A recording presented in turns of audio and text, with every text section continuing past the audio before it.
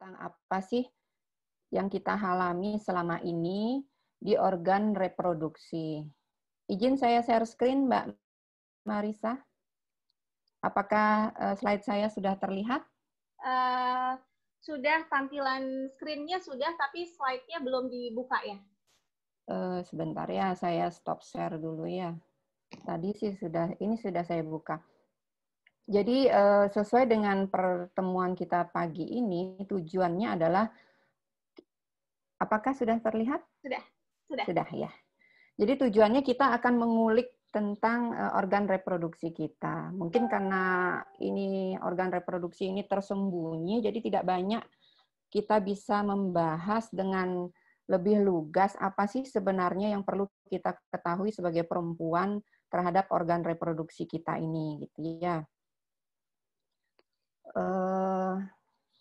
Jadi kalau kita membicarakan tentang organ reproduksi, kita harus sebagai yang memiliki harus kenal dulu. Karena saya dokter Objin, maka pembahasan pada pagi hari ini saya batasi pada organ reproduksi perempuan. Jadi ada organ reproduksi itu dibagi atas dua. Dia area yang di luar, yang kita bisa lihat secara gamblang, dan area yang di dalam. Pada gambar yang saya sampaikan di sebelahnya ini, sebenarnya organ reproduksi itu kita tidak bisa menunjuk satu organ, karena dia merupakan kumpulan dari beberapa organ, mulai dari area yang tidak terlihat, mungkin kalau kita lanjut ke slide berikutnya akan lebih jelas. Nah, jadi mulai dari area yang tidak kelihatan, yaitu uterus atau rahim, kemudian tuba atau saluran telur, kemudian ovarium atau indung telur, kemudian turun ke bawah itu ada serviks, di dalam rahim sendiri ada namanya lapisan dalam rahim yang sering kita kenal dengan endometrium. Kemudian dari serviks itu turun ke bawah namanya vagina. Nah, sampai di situ kita sebut sebagai organ reproduksi bagian dalam. Kemudian ujung depan dari vagina itu akan ketemu dengan yang istilah kedokterannya itu adalah vulva. Tapi teman-teman lebih melihatnya sebagai kemaluan luar kita. Jadi apa yang kelihatan itu sebenarnya bahasa kerennya itu vulva. Kita tahu bahwa sebagai perempuan kita akan melewati semua fase ini. Gitu. Jadi mulai kita lahir, kemudian kanak-kanak, remaja akan terkait dengan haid pertama kali atau sering disebut dengan menars.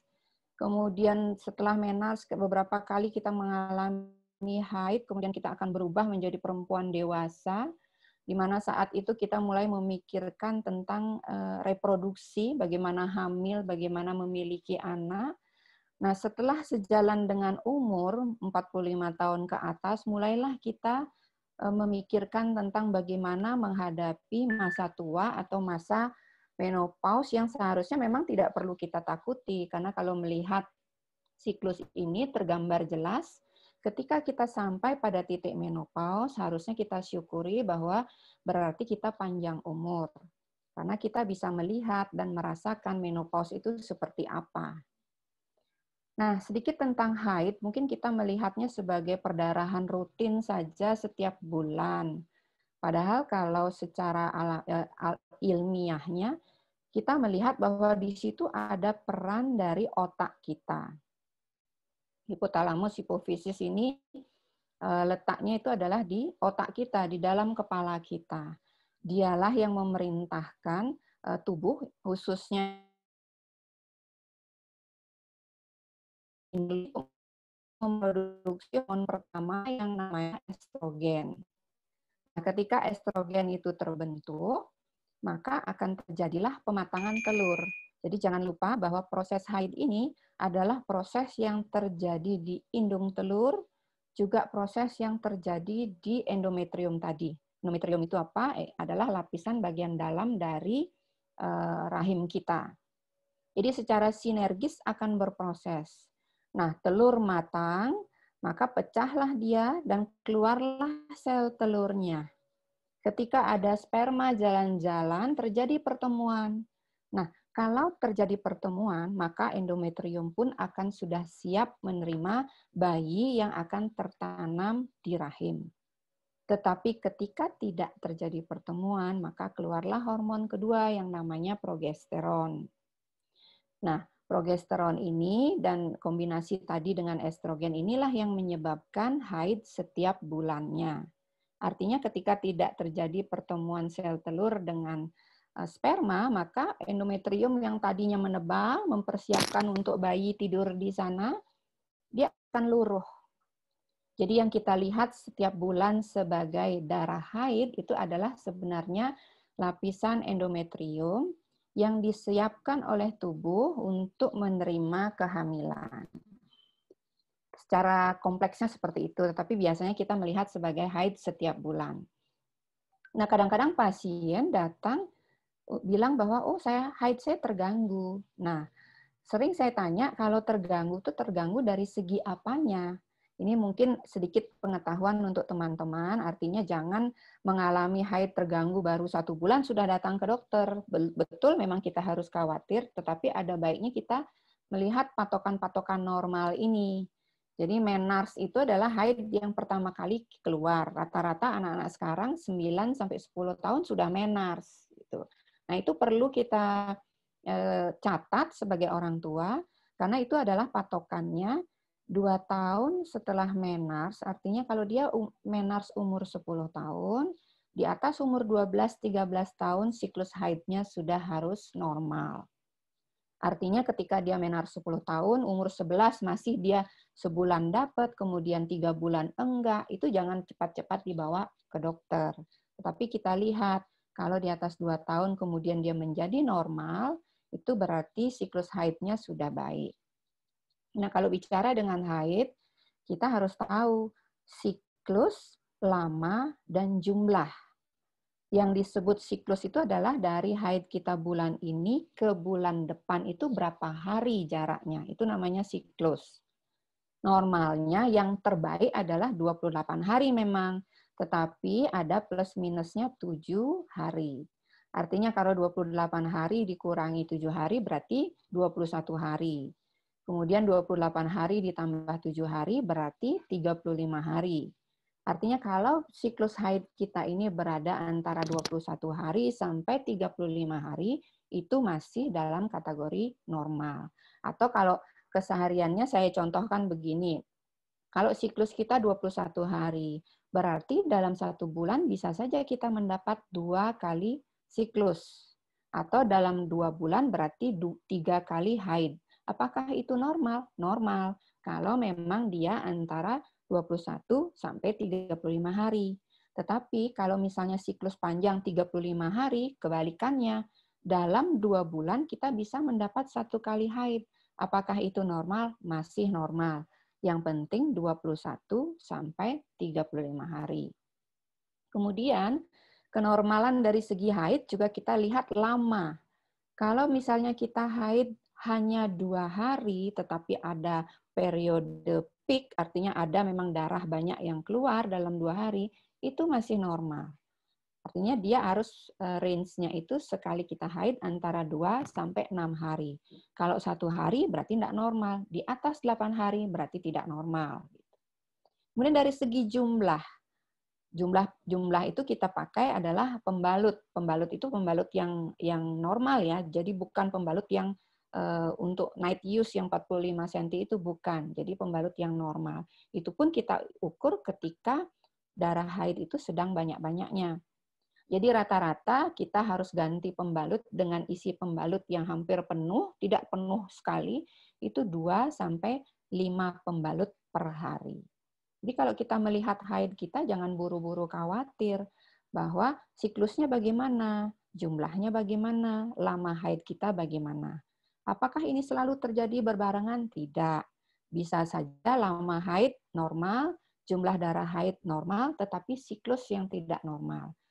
Pun misalnya siklus normal tetapi cuma 1 hari. Nah, itu juga dianggap tidak normal. Artinya yang saya sampaikan di sini bisa terjadi berbarengan, bisa terjadi 2 saja atau bisa jadi 1 saja. Kalau memang mengalami hal tersebut, misalnya tidak sesuai dengan patokan ini, segeralah ke dokter. Nah, ketika tadi saya sebutkan, masa kanak-kanak itu belum ada pengaruh estrogen, belum ada pengaruh hormon kewanitaan kita. Jadi disitulah indung telur kita belum waktunya mengeluarkan estrogen, belum diperintah oleh otak untuk mengeluarkan estrogen. Nah, ketika kita sudah menars, berarti estrogen sudah keluar, progesteron sudah keluar. Itu adalah dua hormon yang paling penting di dalam siklus hidup kewanitaan kita. Disitulah kemudian letaknya perubahan dari yang kita bisa lihat adalah kelamin luar kita. Artinya yang tadinya tidak ada rambutnya menjadi rambut. Kemudian yang tadinya labia kita, kelamin penutup kelamin kita itu ada di dalam, sedikit-sedikit dia akan mekar keluar. Apalagi kemudian disertai dengan beberapa kali persalinan, tentu bentuknya akan berubah. Tetapi jangan khawatir, pada batas-batas tertentu itu masih normal. Begitu juga ketika kita menginjak menopause, tentu dia akan mulai sedikit berkerut. Tidak lagi seperti ketika kita masa remaja. Nah, itu adalah hal yang normal karena berkurangnya estrogen tadi. Nah, satu hal atau organ yang paling penting dari organ reproduksi kita itu adalah vagina. Yang mana itu vagina? Vagina itu adalah lorong kemaluan itu. Jadi, kalau kita menyebut kemaluan luar kita itu, jangan bilang vagina saya gatal, bukan. Vagina itu adalah lorong kita ketika kita melakukan hubungan seksual. Lorong ketika darah haid itu keluar. Atau lorong ketika kita melahirkan. Itu namanya vagina. Nah, vagina itu sejatinya dia seperti hutan. Dia punya ekosistem sendiri yang memang kita tidak boleh otak-atik. Jadi dia punya bakteri baik namanya Lactobacilli yang bertujuan menjaga agar pH atau tingkat keasamannya itu tetap berkisar antara 3,8 sampai 4,5. Nah, dengan pH yang terjaga baik memungkinkan untuk bakteri baik itu menjadi hidup, sehingga serangan bakteri apapun dari luar itu bisa ditanggulangi oleh bakteri baik yang ada di dalam vagina kita. Nah, seperti halnya hutan itu kan ada ekosistem, ada rantai makanan. Ada misalnya harimau, ada gajah, ada juga kelinci, ada rubah. Itu semua adalah rantai makanan. Ketika kita rusak itu, maka ekosistem hutan itu menjadi rusak. Sama halnya dengan vagina. Ketika kita utak-atik dia secara berlebihan, kemudian tidak dengan cara yang bersahabat, maka ekosistem dari vagina itu akan rusak juga. Tingkat keasaman akan berubah sehingga bakteri jahat yang nyelonong masuk ke dalam kemaluan kita itu akan bisa menginfeksi kita. Jangan lupa bahwa seperti yang saya sampaikan tadi, bahwa organ reproduksi kita itu satu kesatuan, satu kesaluran. Infeksi yang ada di dalam vagina bisa naik ke atas melalui serviks, kemudian menginfeksi rahim, kemudian menginfeksi saluran telur. Nah, saluran telur ini adalah lorong yang sangat sempit. Ketika infeksi terjadi di sana, maka dia memungkinkan untuk terjadinya penyumbatan. Nah, ketika kedua saluran telur kita ini tersumbat, maka kemungkinan kita akan hamil itu akan menjadi 0. Itu sebabnya kita harus sangat-sangat memperhatikan vagina kita agar memang terjaga kondisinya tetap dalam kondisi asam. Sering kita mengalami keputihan. Nah, kalau keputihan itu sifatnya bening, kemudian dia keluar pada periode-periode yang normal, menjelang haid, menjelang masa subur, nah itu masih kita anggap suatu hal yang wajar.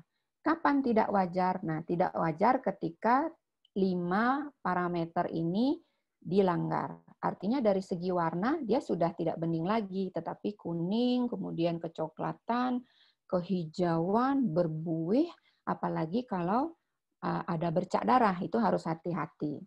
Kemudian jumlah, dia harus dalam jumlah terbatas yang tidak sampai mengganggu kita dalam keseharian kita. Nah, ketika keputihan itu datang kemudian mengharuskan kita memakai pembalut, nah itu harus kita curiga ada apa ini dengan vagina atau organ reproduksi saya. Kemudian bila keputihan itu disertai dengan gejala lain, misalnya perih pada saat kita berkemih, terganggu ketika kita melakukan hubungan seksual, mulai ada keluhan nyeri atau partner seksual kita mengeluh, misalnya setiap kali selesai berhubungan dia mengalami gatal, kita juga gatal. Nah, itu tentu tidak normal. Nah, seperti halnya yang saya sampaikan tadi mengenai periode, kalau keputihan itu terjadi sepanjang hari dalam sebulan, walaupun dia putih, sebaiknya segera periksakan. Kemudian kalau keputihan itu kita periksakan dan membawa screening dengan hasil abnormal, misalnya sudah prakanker, apalagi kanker, nah itu kita harus serius melihat. Nah, menyinggung tentang kanker, saya ingin bercerita sedikit bahwa kanker serviks sekarang itu penyebabnya bukan lagi gaya hidup. Artinya setiap perempuan memiliki kemungkinan yang sama terkena kanker serviks walaupun gaya hidupnya dengan satu partner. Nah, sekarang penyebabnya itu adalah virus, human papilloma virus tipe 16-18. Oleh karena virus, itulah sebabnya setiap perempuan memiliki kesempatan yang sama terkena kanker serviks ini. Itu sebabnya kita harus selalu aware, selalu waspada. Apakah saya sudah terkena prakanker atau tidak? Atau bahkan kalau keputihan saya bercampur darah, apakah ini bukan berarti bahwa saya sudah kena kanker atau tidak? Untuk memastikannya, kita harus melakukan deteksi dini. Jadi deteksi dini itu sering kita sebut sebagai pencegahan sekunder. Artinya kita lakukan secara rutin. Kalau misalnya 6 bulan sekali tidak memungkinkan, cukup 1 tahun sekali atau sesuai dengan pesan dari dokter. Kadang-kadang memang kalau infeksi berat, kita biasanya pasca terapi, kita minta pasien kembali untuk kembali melakukan pemeriksaan ulang. Dan sekarang kita harusnya merasa sedikit beruntung karena sudah ada vaksinasi untuk mencegah kanker serviks. Nah, kira-kira 2 minggu yang lalu saya ketemu pasien di rumah sakit tempat saya bertugas, itu ada perempuan 28 tahun sudah datang dengan stadium 3B. Nah, proses kanker serviks ini bukanlah proses yang sekarang virus masuk, kemudian setahun 2 tahun kita akan menjadi kanker, bukan. Dia diam dulu di dalam tubuh, kemudian setelah proses itu berlangsung, barulah kemudian dia akan merubah serviks kita menjadi kanker serviks.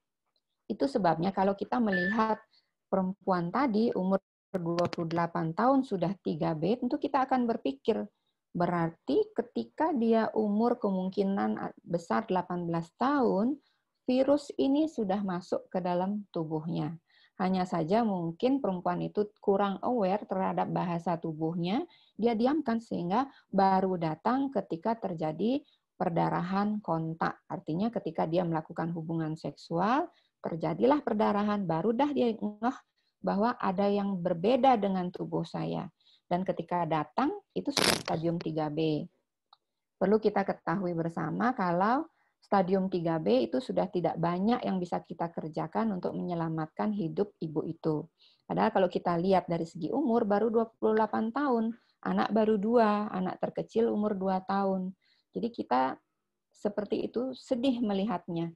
Kemana saja selama ini, kenapa tidak waspada terhadap bahasa tubuhnya. Jangan lupa bahwa sekarang kanker serviks ini sudah bergeser. Kalau dulu peringkat utamanya adalah kanker payudara, sekarang adalah kanker serviks sebagai pembunuh perempuan. Kemudian virus yang sama, tetapi yang risiko, dia menyebabkan kondiloma acuminata, bahasa kerennya. Sebenarnya itu adalah kutil pada vagina. Ya, kalau kita lihat gambar ini, sedikit tidaknya mirip seperti itu. Ini bukan gambar dari Google ya. Ini adalah gambar dari pasien saya sendiri, tetapi saya sudah minta izin untuk menayangkannya sebagai edukasi. Jadi dia akan tumbuh kecil dulu seperti yang ini. Kemudian kalau diamkan, maka dia akan memperbanyak diri besar-besar seperti ini. Dan lorong vagina pun tidak luput dari kutil ini. Apakah ini ganas? Tidak, ini tidak mengganas, tetapi sangat mengganggu. Karena dia gatal dan sering menimbulkan keputihan yang terus-menerus. Tentu saja ini akan mempengaruhi rasa percaya diri kita sebagai perempuan terhadap partner seksual kita. Karena ini akan sangat mengganggu dan menular. Artinya ketika dalam kondisi seperti ini kita melakukan hubungan seksual, maka partner seksual kita akan terkena kutil yang sama. Nah, bagaimana menjaga? Prinsipnya adalah 4. Jaga seperti halnya tadi 5 dasar hidup sehat, sedikitnya seperti itu. Jaga kesehatan secara umum, jadi kita positive thinking. Kemudian jangan anggap tubuh sebagai keranjang sampah. Jadi makanlah makanan yang memang ada nilai gizinya. Jangan sekali-sekali abaikan keluhan. Kalau kita keputihan, tidak sesuai dengan yang saya sampaikan tadi, segeralah periksakan. Pastikan bahwa itu bukan sesuatu hal yang harus kita khawatirkan. Kemudian jaga kebersihan, jangan terlalu berlebihan, dan lakukan pemeriksaan berkala. Kemudian sedikit tentang kehamilan, sekarang memang kita harus concern, artinya kita harus merubah mindset kita bahwa tidak lagi positif baru ke dokter, tetapi lakukan persiapan kehamilan. Ketika kita memang sudah menikah, kemudian merencanakan kehamilan, ada baiknya datang dulu ke dokter.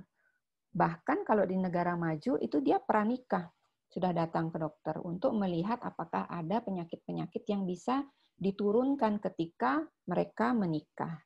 Jangan lupa bahwa anak itu adalah hasil 50% ayahnya, 50% ibunya.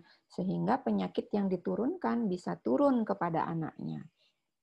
Itu sebabnya kehamilan itu memang perlu pemikiran, diskusi yang panjang dengan calon suami ataupun suami, agar memang kehamilan itu tidak sekedar kita melihat, oh hamil, kemudian kita bergembira dengan lahirnya anak, tetapi anak yang kita lahirkan itu tidak memiliki cukup kualitas untuk bisa bersaing sebagai generasi muda bangsa ini. Dan ketika kita merencanakan, kemudian kita sudah hamil, temui dokter untuk memastikan bahwa kehamilan kita ini berjalan sesuai dengan ketentuan. Dan jangan lupa, ingin saya garis bawahi juga di sini, perhatikan jarak. Sehingga kalau kita bicara tentang jarak, kita akan bicara tentang kualitas kehamilan berikutnya. Disinilah perannya kontrasepsi untuk memberikan kita kecukupan waktu untuk dengan melihat perkembangan bayi pertama kita, kemudian merencanakan kehamilan berikutnya. Menopause ini selalu menjadi momok sebenarnya. Jadi banyak pasien saya ketika dia mengalami menopause, dia merasa bahwa dirinya sudah tidak berguna. Padahal kalau mindset itu kita balik, ketika menopause datang, berarti kita adalah perempuan yang beruntung. Karena kita bisa mengalami menopause ini yang menandakan bahwa umur kita cukup panjang. Rata-rata menopause pada perempuan dewasa itu terjadi, di perempuan Indonesia terjadi di usia di atas 48 tahun. Yang mana itu menopause? Ketika haid memang sudah tidak datang 12 bulan berturut-turut. Jadi ketika ada perempuan umur 45 tidak haid 3 bulan, jangan langsung berpikir, wah saya ini menopause. Bukan. Patokannya adalah jelas. 12 bulan berturut-turut. Jadi dari Januari sampai Desember dia tidak mengalami menopause, itu yang disebut sebagai menopause. Nah, itu terjadi oleh karena tadi indung telur kita ini sudah tidak mampu melepaskan telur. Karena perempuan itu lahir itu sudah dengan cadangan telur yang memang jumlahnya segitu. Ini tidak bisa kita utak-atik kembali. Artinya ketika kita menopause, kemudian ibu minta, oh tolong dong dok bikinkan saya haid. Pada batas-batas tertentu masih mungkin dengan obat-obatan kita berikan sehingga haid datang kembali. Tetapi itu sebenarnya bukan haid oleh karena tubuhnya, tetapi oleh karena obat yang dikonsumsi. Nah, ini perlu kita persiapkan secara mental bahwa memang oleh karena estrogen itu berkurang, kulit menjadi kering, kemudian lubrikasi pada kemaluan menjadi masalah, sehingga pada saat kita melakukan hubungan seksual kadang-kadang perempuan itu mengalami rasa tidak nyaman. Nah, ini perlu dikomunikasikan. Artinya kalau memang kita tidak siap, sampaikan bahwa memang kita tidak sedang mood untuk melakukan hubungan seksual. Yang paling sering dikeluhkan juga adalah hot flash. Hot flash itu tiba-tiba ada semburan rasa panas yang menyerang kita, padahal kita di ruangan ber-AC. Dan itu adalah suatu hal yang wajar dalam hal menopause. Nah, kalau kita berlatih berpikir positif, kemudian memiliki aktivitas positif, maka hal-hal itu tidak akan terlalu mengganggu kita rasakan. Nah, sebagai penyandang autoimun, apa yang saya bisa kerjakan agar organ reproduktif saya bisa sehat? Nah, ada 3 pilar yang saya garis bawahi di sini.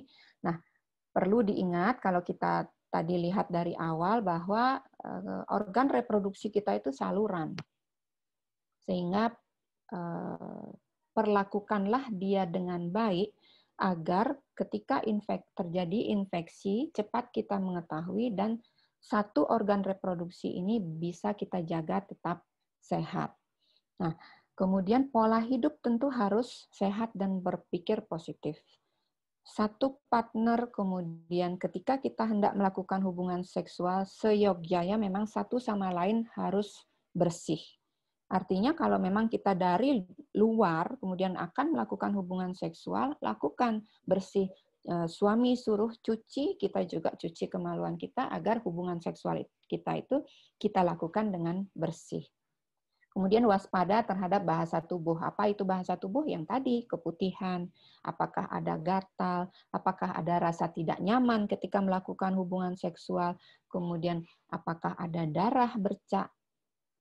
Kemudian yang penting, karena ini terkait dengan kanker mulut rahim tadi, vaksinasi adalah merupakan hal yang wajib kita kerjakan, serta deteksi dini, apakah itu dengan pap smear, IVA, SSBC, atau langsung kita mau melakukan pemeriksaan HPV DNA juga diperbolehkan.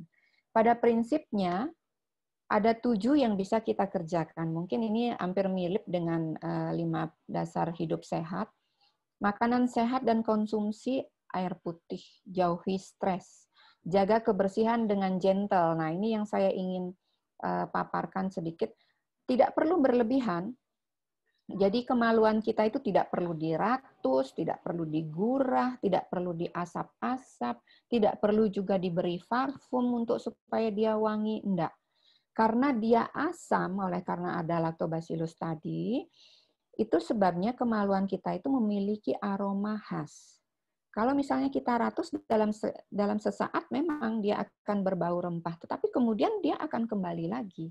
Justru seperti yang saya sampaikan tadi, ekosistem dalam vagina kita itu bisa berubah oleh karena tingkat kelembabannya kita rubah-rubah dengan perilaku kita yang tidak gentle.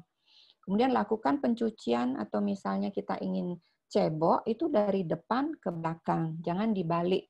Jadi kotoran pada anus kita balik masuk ke dalam vagina itu salah. Nah, pembalut ini juga perlu saya garis bawahi. Apakah pembalut saya perlu mahal? Tidak. Apakah pembalut saya perlu mengandung ion? Tidak.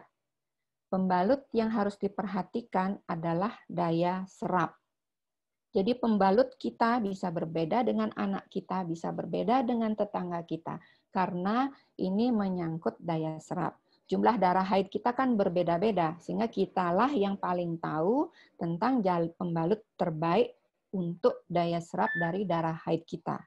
Jangan memakai pembalut ketika kita keputihan, karena itu akan meningkatkan kelembaban. Ketika keputihan itu terus-menerus terjadi, sebaiknya periksakan ke dokter. Jangan dipakaikan pembalut, oleh karena kita merasa nyaman, karena celana dalam menjadi tidak basah. Padahal itu adalah tindakan yang salah. Kemudian celana dalam juga, sering saya guyon sama pasien saya, kalau celana dalam itu jangan lihat renda-rendanya, tetapi lihat bahannya. Kalau bahannya dari katun, karena kita ini di negara tropis, katun itu menjadi suatu hal yang wajib. Seperti halnya pembalut, nah celana dalam kita juga harus mampu menyerap kelembaban yang terjadi di sekitar organ reproduksi luar kita. Dan pakailah pakaian yang longgar. Jangan selalu memakai pakaian yang ketat. Nah, ketika kita misalnya pada suatu kebutuhan kita harus memakai pakaian yang ketat, ketika kembali ke rumah pakailah yang longgar. Jaga kebersihan. Kalau kita mau pakai toilet umum, ada baiknya kita lihat dulu. Kalau memang sudah bersih, barulah kita memakai toilet umum itu. Senam Kegel ini penting. Senam Kegel tidak perlu kita harus meluangkan waktu khusus, tidak. Sambil duduk misalnya nunggu antrean di bank, lakukan senam. Nah, dengan semakin sering kita melatih, maka otot-otot dasar panggul kita itu menjadi kuat. Jangan lupa bahwa ketika estrogen itu sudah habis, ketika kita menopause, segala ligamentum namanya pemegang dari rahim kita itu bisa longgar, otot-otot bisa longgar. Disinilah kenapa yang kita sering sebut dengan rahim melorot keluar, oleh karena otot-otot dasar panggul kita itu tidak kuat. Jadi mulailah melakukan senam Kegel mulai dari sekarang, sehingga kita bisa pada waktunya nanti ketika menopause datang, otot dasar panggul kita itu sudah kuat dan terlatih. Senam Kegel juga tentu penting untuk hubungan seksual, karena kepuasan ketika melakukan hubungan seksual itu justru terletak pada saat kita mampu mengkontraksikan otot-otot dasar panggul. Dan yang terakhir, pahami bahasa tubuh. Kalau memang sudah lain dari biasanya, segera mencari informasi dari orang yang kita anggap kompeten. Jangan mencari informasi misalnya ya, tidak selalu seperti ini sih, di antara ibu-ibu arisan yang notabene memang tidak ada latar belakang pendidikan kesehatan. Sehingga kadang-kadang kalau seperti itu kita saling meniadakan, yang penting nggak gatel, nggak usah ke dokter, jangan. Pastikan dulu bahwa apa yang terjadi dari organ reproduksi kita ini memang tidak perlu kita khawatirkan. Kemana kita memastikan? Tentu harus melakukan pemeriksaan ke dokter. Kemudian ini saya dapat sebuah quote yang menurut saya bagus, cuman saya tidak sempat melihat siapa yang memiliki, bahwa kita harus respect terhadap kedua wajah kita. Artinya wajah bawah dan wajah atas. Kadang-kadang perempuan kita merasa bahwa karena wajah atas ini adalah bahasa kita ketika ketemu orang lain, inilah yang harus kita macam-macamin. Dibotok lah, di filler, di segala macam. Padahal justru kalau muka kita keriput, kenapa? Dia tidak akan membunuh kita. Tetapi kalau wajah bawah kita ini keputihan, kemudian ternyata ada prakanker, justru wajah bawah kita inilah yang akan mampu membunuh kita. Mungkin itu saja dari saya. Selebihnya mungkin kita akan ngobrol jika memang ada pertanyaan. Terima kasih. Terima kasih, dokter. Sudah diulas banyak hal ya yang terkait dengan isu autoimunnya. Kita sudah punya lebih dari 15 pertanyaan, dok. Mungkin kita langsung bahas satu persatu saja ya, dok ya. Boleh, boleh. Ya, yang pertama dari Ibu Tri. Otot pinggul saya terasa lemah dan pipis susah menahan, langsung keluar. Apakah ini efek daripada autoimunitas yang dialami? Ini sebetulnya obgyn atau urologi ya, dok ya? Jadi gini, kita harus lihat dulu, ibu ini umur berapa, ya kan? Kalau dia memang masih muda, keluhan seperti itu tuh kan hanya keluhan sama seperti kita demam. Demam itu sakit gigi demam, demam berdarah demam, kemudian batuk pilek demam. Artinya memang kita periksakan dulu apakah memang sering berkemih itu terkait dengan infeksi saluran kencing. Itu paling sering itu terjadi. Artinya kalau dalam saluran kencing kita itu terjadi infeksi, kadang-kadang memang kita sulit menahan kencing. Sehingga kita disebut dengan anyang-anyangan, berulang-ulang kita ke toilet.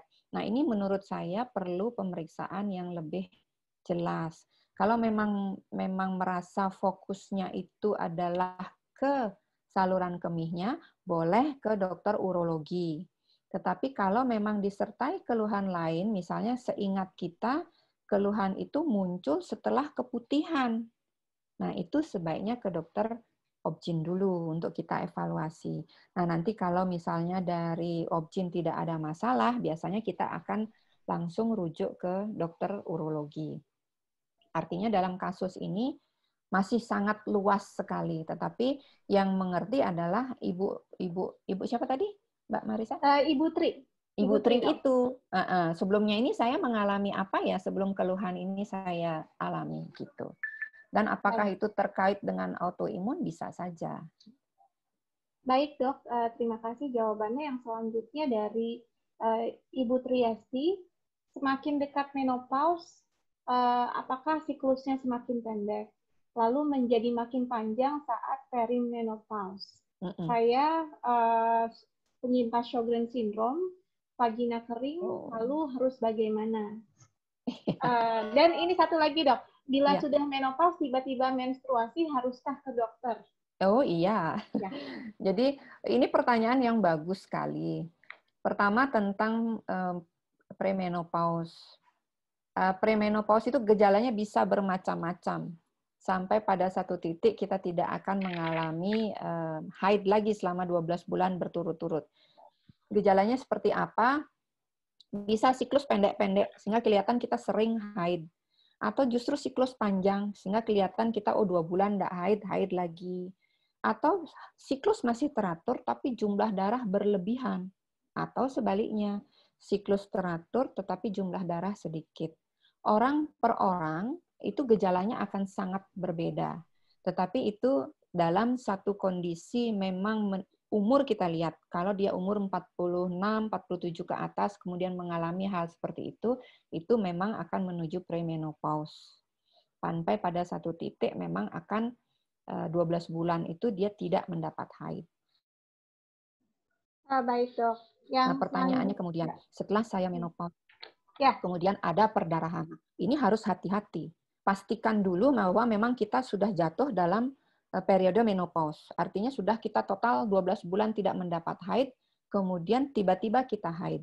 Itu harus segera ke dokter. Bisa saja memang itu masih dalam kurun haid atau memang darahnya itu bukan dari endometrium tadi, tetapi oleh karena kelainan di area serviks.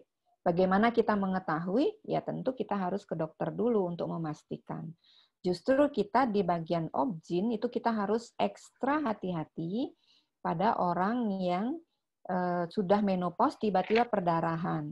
Kita memiliki pakem kalau memang orang perempuan sudah mengalami menopause, kemudian perdarahan lagi, kita harus buktikan bahwa perdarahan itu bukan oleh karena keganasan, gitu. Itu pakemnya. Jadi hati-hati pada perempuan yang sudah menopause, kemudian terjadi perdarahan lagi. Jangan langsung gembira, oh ini saya subur lagi, oh ini saya akan mendapat haid lagi. Tidak. Jadi seperti yang saya jelaskan tadi, bahwa menopause itu terjadi oleh karena cadangan telur kita sudah habis. Tidak mungkin kita akan dapat dropping telur lagi, tidak mungkin. Jadi kita harus buktikan bahwa itu memang bukan oleh karena keganasan di suatu tempat. Kemudian yang Sjogren syndrome itu, yang vagina kering, memang kita tidak bisa apa-apa ya, itu karena satu kesatuan dengan autoimunnya gitu ya. Artinya kalau memang terganggu sekali, itu bisa kita memakai pelumas. Sekarang kan banyak pelumas kemaluan yang dijual bebas ya, yang tidak mengandung estrogen itu silahkan dipakai. Tetapi untuk yang mengandung estrogen, itu sebaiknya memeriksakan diri dulu bahwa memang tidak ada kontraindikasi terhadap penggunaan pelumas kemaluan yang mengandung estrogen. Gitu Mbak Marisa. Baik dok, terima kasih. Yang selanjutnya dari Ibu Ferawati, saya ada miom dan kata dokter objin jika ganggu baru bisa operasi. Jika mengganggu suka nyeri menjelang mens, kira-kira perlu operasi atau tidak ya dok? Ya, jadi sedikit saya jelaskan tentang miom. Miom itu tumor jinak yang munculnya itu dari otot rahim, ya. Dia bisa tumbuh di otot rahim, bisa menonjol ke luar rahim atau menonjol ke dalam rahim. Keluhan-keluhannya umumnya adalah yaitu tadi, nyeri haid atau kalau haid itu jumlahnya banyak. Nah, pada ukuran yang tertentu, misalnya di bawah 5 cm, karena memang miom ini lambat perkembangannya, kita dokter sering bilang, coba kita observasi aja deh, Bu. Kalau memang miom kecil ini kemudian mengganggu kualitas hidup ibu, artinya setiap haid kita jadi parno sendiri nih. Jangan-jangan saya akan sakit, jangan-jangan darah saya akan berlebihan. Nah, itu silahkan kalau mau dioperasi. Artinya, dalam kasus seperti itu sangat-sangat kita melihat kualitas hidup yang penderita gitu. Jangan lupa bahwa dokter mengerjakan operasi itu sangat tergantung dari benefitnya, risk and benefitnya. Kalau operasi ini kemudian lebih banyak mencelakakan pasien, tentu kita tidak kerjakan. Beda halnya kalau memang miom itu sudah di atas 10 cm. Tentu dia akan, walaupun jinak, dia akan menekan organ-organ di sekitarnya. Salah satunya saluran kencing. Nah, itu tentu akan membahayakan ginjalnya kalau dia dibiarkan. Sehingga di sana memang kita biasanya sarankan untuk operasi. Nah, kalau miomnya kecil, biasanya memang kita observasi saja deh, Bu. Karena resiko operasi jauh lebih tinggi dibandingkan kita mendiamkan miom di sana. Tentu dengan pembatasan-pembatasan, artinya jangan kalau misalnya memang sudah ada keluhan, nyeri haid setiap kali datang bulan, nah itu tentu harus kita periksakan ke dokter. Dan itu perlu diskusi panjang untuk kita tahu bahwa pengangkatan itu tidak akan selalu menyelesaikan masalah nyeri haidnya. Mungkin begitu, Mbak Melissa. Baik dok, terima kasih. Yang selanjutnya dari Ibu Umi. Oh masih dari Mbak Rili dan masih ada kaitannya dengan Mbak Ferawati ya. Apakah miom dan kista bahaya jika dibiarkan atau harus diangkat? Itu yang tadi ya dok ya jawabannya ya. Berarti ya. Ya. Oke. Kalau kista sedikit tentang kista itu di indung telur dia. Nah, kalau kista itu karena dia bermacam-macam. Kalau miom kita ya 90% yakin itu jinak. Sementara kalau kista itu kita harus berhati-hati.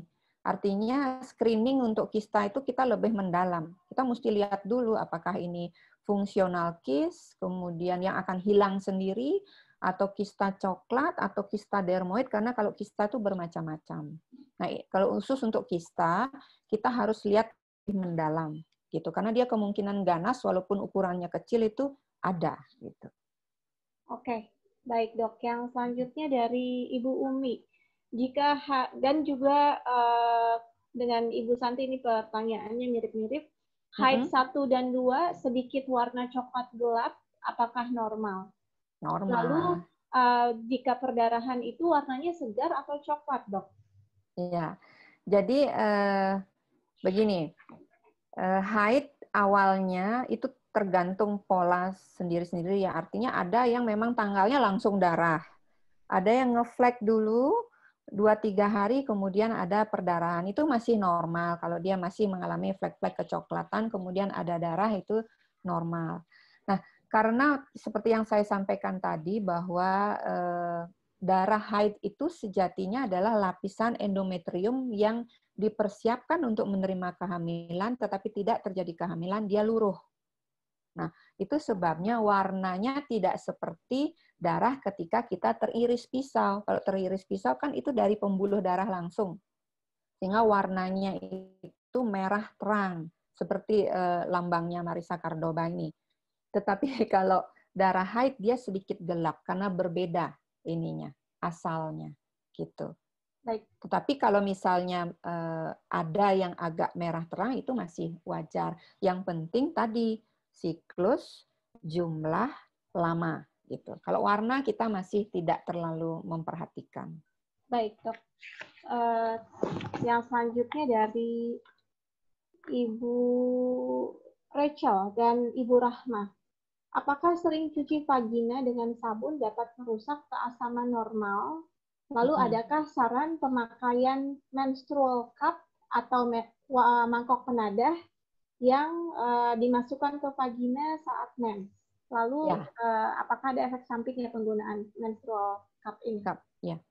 Jadi saya cuci vagina dulu ya.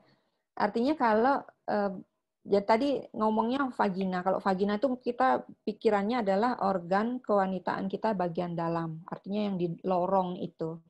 Kalau kita mencuci hanya di daerah luar, vulva, artinya kemaluan luar, itu enggak masalah.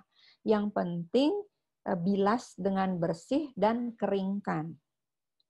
Sekarang pertanyaan selanjutnya, apakah perlu sabun khusus? Tidak. Sabun mandi kita pun sudah cukup. Yang penting sebenarnya letaknya bukan jenis sabunnya, tetapi perilaku kita ketika kita melakukan pencucian kemaluan. Harus bersih, karena kemaluan itu tidak seperti kertas, datar begitu saja, tapi dia ada lekuk-lekukan yang harus kita perhatikan juga kebersihannya. Nah, bersihkan sampai ke lekuk-lekukan itu, pastikan bilas dengan bersih, sampai tidak ada sisa sabun, kemudian keringkan. Setelah kita mengeringkan, barulah kita pakai celana dalam. Jadi jangan dalam kondisi basah, kemudian kita pakaikan celana dalam. Seperti halnya yang quote-nya tadi, kalau kita membersihkan make up sedemikian detail, sampai helai bulu mata juga kita tul-tul satu-satu, kemaluan pun seperti itu. Harus kita bersihkan dengan detail, supaya dia terjaga keasamannya. Kemudian tentang menstrual cup. Ini sebenarnya belum umum di Indonesia ya, tetapi sudah beredar gitu ya. Nah, ini cukup baik karena memang bisa menampung darah haid dalam jumlah cukup dan pemakainya itu merasa lebih nyaman. Tetapi karena ini memasukkan sesuatu ke dalam kemaluan, kita harus hati-hati. Kalau kita tidak familiar dengan cara pemakaiannya dan kita tidak yakin perilaku kita bersih, sebaiknya jangan. Ya, artinya karena dia tidak terasa dari luar, jadi kita lalai. 8 jam kerja kita duduk aja, padahal menstrual cup-nya sudah penuh di dalam. Gitu. Nah, beda halnya dengan pembalut. Kalau pembalut kita akan merasa, oh pembalut saya ini sudah penuh. Sehingga kita akan sering mengganti sesuai dengan jumlah darah yang keluar. Jadi catatan saya untuk menstrual cup, boleh nggak dipakai? Boleh. Asal memang kita orang yang terlatih memakai, yakin bahwa kita memakaikannya itu secara bersih gitu. Tapi kalau yang baru-baru coba-coba, sebaiknya jangan. Karena itu memasukkan sesuatu ke dalam vagina, liang kemaluan. Oke. Mudah-mudahan menjawab ya Ibu. Yang selanjutnya dari Mbak Anissa, usianya 23 tahun, AI sudah 6 bulan terakhir. Lalu 4 bulan terakhir darah haid yang keluar berupa gumpalan atau stolsel dan biasanya itu pada saat puncak, mungkin hari yang banyak-banyaknya ya. Apakah ini normal, Dok? Nah, ini bagus ya, artinya dia aware sekali, Mbak ini aware sekali terhadap perubahan bentuk darah haid. Yang tadinya mungkin encer, kemudian tiba-tiba bergumpal-gumpal. Apakah ini normal? Nah, kalau dalam kondisi ini mungkin saya tidak bisa menjawab apakah ini normal atau tidak sebelum diperiksakan. Karena kalau misalnya, ya bukan suatu hal yang pasti, misalnya ada miom, luas permukaan rahim menjadi lebih luas. Kadang-kadang pada saat seperti itu, darah haid kita itu memang akan keluar lebih banyak dan bergumpal. Nah, untuk menjawab pertanyaan ini tentu saya sarankan coba USG dulu deh. Untuk kita lihat bahwa tidak ada masalah. Kalau memang dari rahim tidak ada miom, tidak ada kelainan, lapisan rahim kan endometrium itu bisa dihitung ya dari mesin USG, tebalnya itu normal, saya kira itu tidak masalah. Gitu. Baik, Dok. Yang selanjutnya dari Ibu Ai, usia Oke, Mbak Ai, saya usia 19 tahun. Sejak pertama mens, sakit sampai mau pingsan. Ini kira-kira apa saja yang bisa menyebabkan rasa sakitnya ya, Dok? Jadi masih muda banget ya. Cuman tidak ini ya. Artinya kalau kan kita beranggapan bahwa menars itu paling lambat lah 13 tahun, ya kan? Berarti sudah 6 tahun mengalami ini gitu loh. Jadi kalau kita mengalami nyeri haid, kemudian sampai pingsan setiap bulan, tentu itu kualitas hidup sangat-sangat terganggu, ya. Artinya begini, sebelum haid bulan depan kita sudah takut duluan nih akan nyeri yang kita alami. Nah, apa yang biasanya menyebabkan keluhan nyeri itu? Nah, ini juga harusnya diperiksakan dulu ya. Kadang-kadang sesederhana misalnya ya gaya hidup. Mbak ini jarang olahraga, kemudian istirahatnya tidak cukup sehingga menimbulkan gangguan saluran metabolisme tubuhnya, bisa juga menyebabkan nyeri itu. Kadang-kadang dengan kita nasihati, coba rubah deh gaya hidup, olahraga, makanan sehat, dan lain sebagainya, itu akan berubah. Atau memang lengkung rahim itu ada lengkung ke depan, ada lengkung ke belakang. Nah, mungkin lengkungnya yang terlalu tajam sehingga rahim itu ketika mengeluarkan darah haid perlu berkontraksi ekstra keras, menimbulkan nyeri. Atau memang ada sesuatu, misalnya tadi miom. Biasanya miom atau endometriosis atau ada yang namanya endometriosis, itu kelainan di rahim juga tetapi bukan miom, itu kadang-kadang juga menimbulkan nyeri. Nah, untuk memastikan apakah nyeri saya ini normal atau tidak, karena ini sudah lama ya, sekitar 6 tahunan, sebaiknya periksakan dulu untuk memastikan saja bahwa ini bukan sesuatu, bukan miom, bukan endometriosis, sehingga kita akan bisa mencari solusi ini diapakan supaya haidnya itu berkurang, nyeri haidnya itu berkurang, gitu.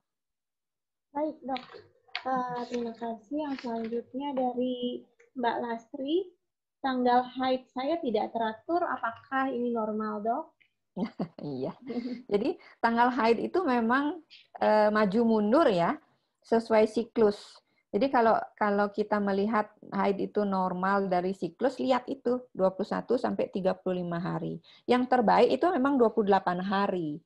Tetapi kita melihat tanggalan itu kan 30 hari, 31 hari, ya kan? Jadi kalau 28 hari, kalau tanggal ini kita mendapat haid tanggal 26, siklus kita 28, tanggalan 30, berarti bulan depan enggak mungkin kita dapat tanggal 26 juga. Pasti akan maju ke tanggal 24. Begitupun seterusnya, sehingga kita lihat, loh kok haid saya itu maju terus, bukan di tanggal yang sama. Nah, di sini ingin saya garis bawahi bahwa bukan tanggal yang kita lihat, tetapi siklus. Kalau memang siklusnya masih 21 hari, kemudian 35 hari, itu masih wajar. Nah, tetapi hal ini akan berbeda kalau misalnya mbaknya ini menginginkan kehamilan. Kalau menginginkan kehamilan karena terkait dengan masa subur, memang haid harus kita lihat lagi.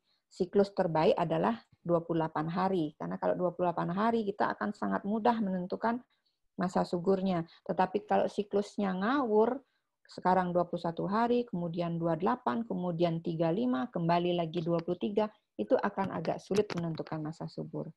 Jadi, Mbak, kita tidak melihat tanggal, tetapi melihat siklus.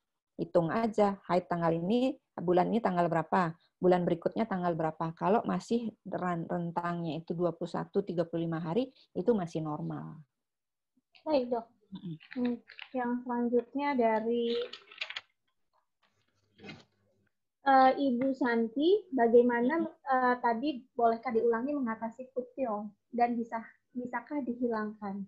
Nah, jadi kutil itu dia ditimbulkan oleh virus yang sama yang menyebabkan kanker serviks. Jadi human papilloma virus yang tipe resiko rendah 6 dan 11. Awalnya itu akan tumbuh satu-satu di area kemaluan luar. Kemudian makin lama akan makin banyak. Dia tidak ganas. Nah, bagaimana kita menghilangkan? Tergantung. Kalau memang dia jumlahnya banyak, akan kita kerjakan operasi kecil, kauter namanya. Jadi kita bakar kutil itu keseluruhan area kemaluannya sampai kemudian di vagina kalau kita lihat ada, itu kita bakar semua. Kemudian pasien tentu kita akan sarankan untuk melakukan vaksinasi gitu ya.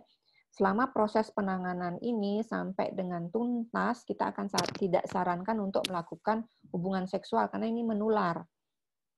Partner seksualnya bisa kena gitu. Tetapi kalau jumlahnya sedikit, kita cukup beri obat. Pada kondisi-kondisi tertentu dengan obat saja bisa hilang. Tetapi kalau datang sudah dengan banyak, karena dia bisa jumlahnya. Nah, kalau sudah kondisi seperti itu, kita akan melakukan kauterisasi namanya. Jadi dibakar, dihilangkan. Gitu, Mbak Marisa. Baik, Dok. Yang selanjutnya dari Ibu Niarati, usia 38 tahun dengan grave disease. Treatment autoimun sudah 6 tahun. Lalu 2 tahun terakhir kalau mens deras di hari keempat dan kelima sampai kelayangan. Tapi hari pertama dan kedua sedikit. Apakah ini wajar, Dok? Nah, kalau itu rutinitas dialami, ya itu masih wajar. Nah, ini juga tergantung, kan tadi grave disease. Obat apa yang sedang diminum? Kalau meminum obat-obatan yang isinya kortikosteroid, memang haid itu akan terganggu.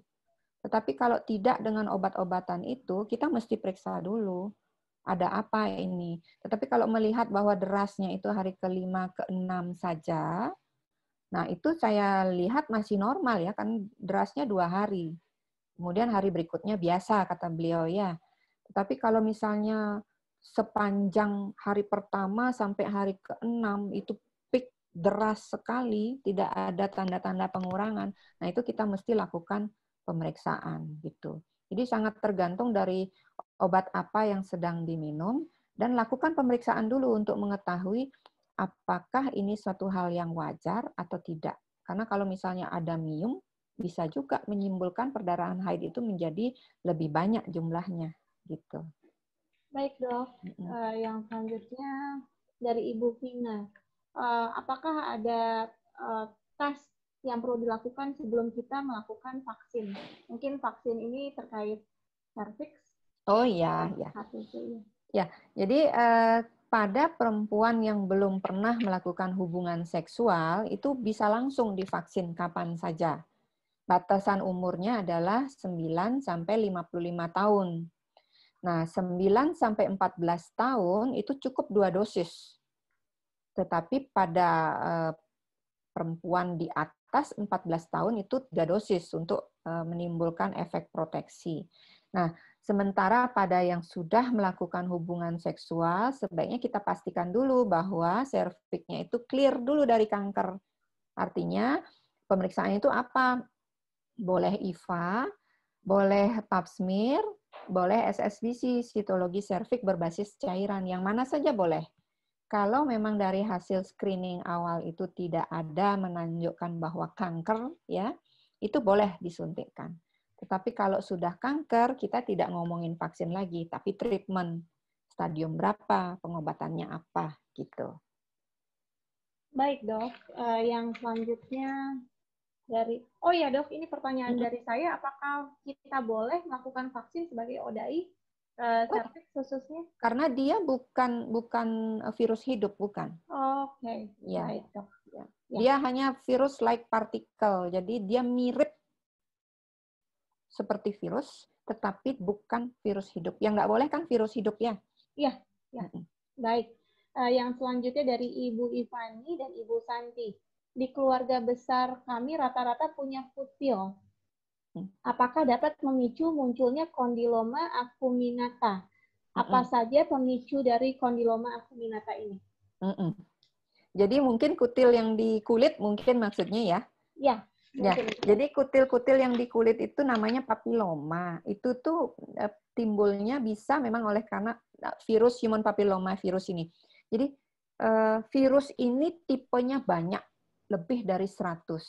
Nah, yang kita bahas tadi itu yang 4 yang menyebabkan kutil pada kemaluan dan kutil pada dan kanker serviks. Nah, kalau kita kutil pada kulit, bisakah kita juga kena kutil di kemaluan? Bisa saja. Karena begini, virus bisa masuk ke dalam tubuh, artinya kan sistem pertahanan tubuh kita lemah. Sehingga bisa saja kita kena virus human papilloma yang sama, tetapi tipenya berbeda. Nah, khususnya tipe 6 dan 11, kalau kita kena, kita akan kena kondiloma acuminata. Jadi, hati-hati saja. Apakah bisa saya terkena kutil kemaluan karena saya sering mengidap kutil di kulit? Bisa saja. Karena memang itu dari virus yang sama, tetapi hanya beda tipe. Gitu. Kalau virus itu kan sistem pertahanan tubuh. Jadi, sistem pertahanan tubuh kita lah yang harus diperkuat supaya kita tidak terkena tipe yang lain dari human papillomavirus itu. Baik, Dok. Yang selanjutnya dari Ibu Liliana usia 38 tahun dengan diabetes mellitus tipe 1 autoimunnya. Tahun lalu saya KAD dan setelahnya tidak mens lagi. Sudah pap smear dan oleh dokter diubah konsumsi obatnya dari Diane 35 ke Yas. Lalu mensnya normal selama 3 bulan, tapi berhenti lagi selama 4 bulan. Apakah ini termasuk gejala menopause? Kalau dari hasil tes masih ada cukup sel telur. Demikian, Dok. Umur berapa? Usia 38 tahun. Oh, masih muda banget ya. Iya. Dengan diabetes mellitus tipe 1. Iya, harusnya sih, Mas. Tergantung ini, menurut saya sih, tergantung konsumsi obatnya ya, sedang minum apa sekarang. Karena itu, kalau misalnya dalam pengobatan yang diminum itu tinggi steroid, memang akan mengganggu sekali siklus haid. Gitu. Tidak ada gunanya juga dipaksa untuk haid ketika memang kita fokusnya masih ke autoimunnya. Jadi, kenapa dia setelah diberi diane haid? Memang karena yang membuat haid itu dianenya sama yasnya. Tetapi ketika obat itu dihentikan, akan berhenti lagi. Karena memang sel telur itu, oleh karena obat-obatan yang sedang dikonsumsi terkait autoimunnya itu tidur. Gitu. Jadi, bagaimana kita membangunkan? Mungkin harus sampai pada remisi dulu ya. Jadi, penyakit dasarnya itu dijinakkan dulu, ditenangkan dulu, baru kemudian keduanya kita cari pelan-pelan ada apa dengan indung telurnya. Tadi kan disampaikan bahwa masih cukup punya sel telur, gitu ya. Nah, mungkin saya tidak jelas apakah dilihat dari USG transvaginal atau anti-Mullerian-nya. Kalau dari lab itu ada namanya anti-Mullerian hormone. Di situ kita bisa memastikan apakah cadangan sel telur kita itu memang masih cukup secara lab ya. Tapi kalau transvaginal kadang-kadang memang kalau tidak pada periode yang tepat, memang kita akan tidak bisa menghitung sel telur secara cukup gitu. Menurut saya sih, supaya kita tahu pasti ada apa, sebaiknya lab hormonal lengkap. Oke. Baik, Dok. Ini tadi kembali ke topik seputar menstrual cup. Mana yang lebih aman, menstrual cup atau pembalut kain? Karena pernah pakai menstrual cup tapi berhenti. Katanya ada efek suction ke bagian cervixnya.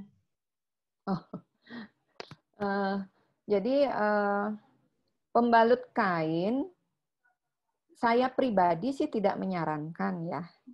Pembalut itu sebaiknya single use. Jadi sekali pakai penuh buang. Memang ada rumors, tapi itu kan tidak bisa membuktikan bahwa pembalut itu mengandung pemutih katanya, ya. Tetapi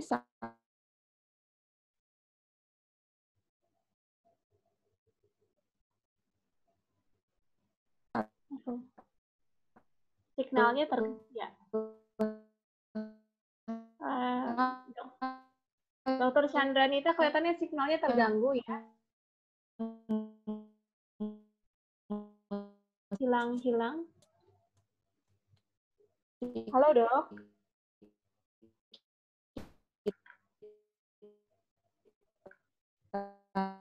Halo, Dok. Ya, sepakati bersama. Kalau dia sudah beredar secara bebas, pembalut itu sudah diizinkan. Bagaimana dengan pembalut kain tidak bersih mencucinya, justru infeksinya? Ya, sekarang udah hilang. Ya, sudah jelas. Tapi gambarnya dokter nggak ada ya? Jelas. Ya. Gambarnya dokter. Sebentar ya. Dita, ya. Ada, Saya sudah coba. ada, sudah ada. Udah ada. Gambarnya sudah ada. Ini udah ya. Ya. Jadi kembali ke pembalut kain, saya sendiri sih tidak menyarankan karena di situ meliputi kebersihan kita ya setelah memakai pembalut kain itu, karena kan itu dicuci, dijemur, kemudian dipakai kembali gitu. Yang terbaik dan kita bisa kontrol secara jelas sih menurut saya pembalut yang sekali pakai, pembalut yang dijual di pasaran itu. Kalau menstrual cup itu pengetahuan saya memang dia memiliki efek menampung, tetapi bukan suction gitu. Jadi darah haid yang keluar atau akibat dari lepasnya endometrium kita keluar melalui serviks kita ada di vagina. Itulah yang ditampung dengan menstrual cup. Tapi sekali lagi, kalau kebersihan kita ketika menempatkan menstrual cup itu ke dalam itu tidak baik, justru kita bisa mendapat infeksi dari situ gitu. Jadi Baik, saya Dok. pribadi sih tidak terlalu merekomendasikan pembalut kain. Gitu. Ya, termasuk menstrual cup kalau masih ragu-ragu lebih baik pakai pembalut biasa ya, Dok ya.